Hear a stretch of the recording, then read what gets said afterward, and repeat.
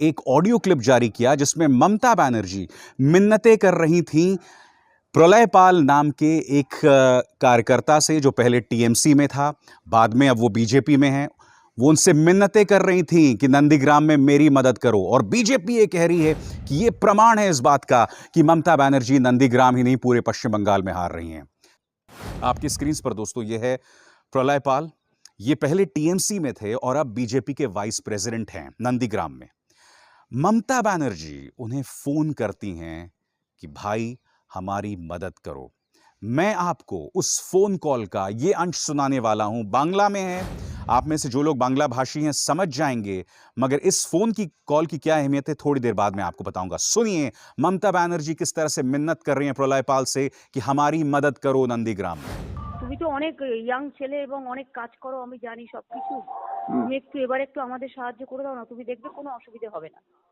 কিন্তু দিদি সেটা তো আমি যদি বলি শুনে, এটা আপনি আপনাকে দেখেই কিন্তু আমার পরিবার রাজনীতি করেছিল আপনার সেই আদর্শ ভিত্তিতে, এবং আপনি যেদিন মুখ্যমন্ত্রী হিসাবে শপথ নেন সেদিনই মুখ্যমন্ত্রী হিসাবে যেদিন মানে 11 সালে যেদিন রেজাল্ট ঘোষণা হয়, আমরা বুঝে নিয়েছিলাম যে আপনি ক্ষমতায় আসছেন। 5 জন ব্রাহ্মণ ডেকে হোম যজ্ঞ করে আমি কিন্তু গোটা মিটিং মিছিল করেছিলাম। अब दोस्तों प्रलयपाल से बातचीत का ये अंश भारतीय जनता पार्टी ने जारी किया है, जिसमें आप सुन सकते हैं वो इस बात की तस्दीक कर रहे हैं कि ममता बनर्जी ने आज सुबह 10:15 बजे कॉल करके उनसे मिन्नत की थी कि वो हम उन्हें जो हैं उनकी मदद करें। দাদা, আপনি তো নন্দীগ্রামের বিজেপি নেতা, লড়াকু নেতা, তো শুনলাম সকাল সকাল আপনাকে নন্দীগ্রামের প্রার্থী মমতা ব্যানার্জি ফোন করেছিলেন, কি বললো? দেখুন, রাজ্যের মুখ্যমন্ত্রী হিসাবে নন্দীগ্রামে মমতা ব্যানার্জি প্রার্থী হয়েছে, আর ওনার আজকের গিয়ে আমার কথা মনে পড়েছে তাই ফোন করেছেন। ওনার সমর্থন চাইছেন, আমি যেন ওনার দলের হয়ে কাজ করি এবং ফিরে যাই। तो सुन लिया आपने। आज मैं आपसे एक सवाल पूछना चाहता हूं दोस्तों। आप इस बात को बखूबी जानते हैं कि भारतीय जनता पार्टी अक्सर प्रचार तंत्र का इस्तेमाल करती है अपने विरोधियों को टारगेट करने के लिए।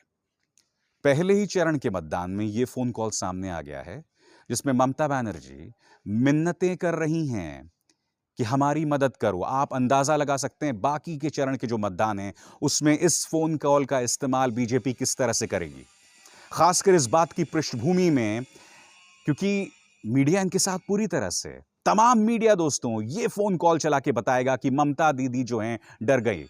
मैं इस वक्त जब ये कार्यक्रम रिकॉर्ड कर रहा हूं तो मैंने किसी गोदी मीडिया न्यूज चैनल को नहीं देखा, मगर मैं दावे के साथ कह सकता हूं दोस्तों सभी न्यूज चैनल्स में इस बात को लेकर बहस चलेगी कि ममता बनर्जी जो हैं वो डर गई। ये लगातार प्रमाण मैं आपको दे रहा हूं। सबसे पहले ये कहना कि ईवीएम में धांधली हो रही है, ये कहीं ना कहीं दिखाता है कि टीएमसी में डर है। यही नहीं, डेरेक ओब्रायन जो हैं वो इलेक्शन कमीशन के अधिकारियों से भी मिले हैं। दूसरा प्रमाण, शुभेंदु अधिकारी के भाई सौमेंदु पर हमला, आखिर क्यों टीएमसी के कार्यकर्ता बौखलाए हुए हैं।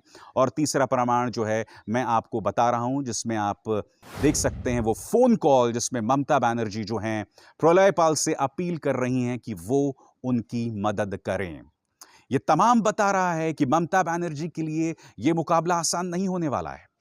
मगर सवाल यह कि पिछली बार इन्हीं 30 सीटों में तृणमूल कांग्रेस ने 27 सीटें जीती थीं, और मैं आपको यह भी बता दूं कि इन्हीं 30 सीटों की जो लोकसभा सीटें हैं 2019 में बीजेपी ने 5 की 5 सीटें जीत ली थीं, जिससे आपको यह पता चलता है ये कि सही मायनों में 2019 के बाद देखें तो यह बीजेपी का गढ़ है। इसलिए बीजेपी यहां अच्छा करेगी ही करेगी। मगर एक और चीज दोस्तों मैं आपके सामने रखना चाहता हूं। आज हर जगह पर बहुत बड़ी तादाद में महिलाओं को देखा गया। इसका क्या अर्थ हुआ दोस्तों? जैसा कि आप जानते हैं कि ममता बनर्जी ने कन्याश्री योजना शुरू की है।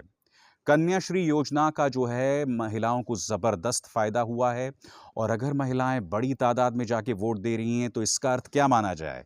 क्या इसका यह अर्थ माना जाए कि इसका फायदा ममता बनर्जी को होने वाला है? या कहीं ऐसा तो नहीं कि इनमें से कई महिलाएं जो हैं अब भारतीय जनता पार्टी को चांस देने के लिए, उन्हें जो है मौका देने के लिए तैयार हैं? तो तृणमूल कांग्रेस के लिए जो है ये एक उम्मीद की किरण जरूर है, जिसमें आप देख सकते हैं कि महिलाएं जो हैं वो बहुत बड़ी तादाद में वोट देने के लिए इस बार चुनावों में सामने उभर कर आई हैं।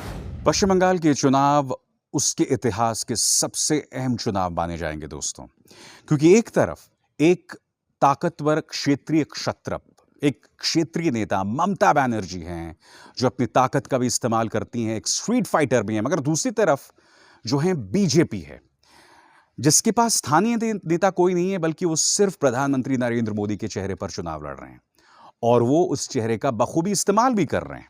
क्योंकि जैसे मैंने बताया, कई बार आपको बताया कि भारतीय जनता पार्टी जो है वो अपने पैसे का बेजा इस्तेमाल करती है, क्योंकि बीजेपी दुनिया की धनी पार्टियों में से एक है।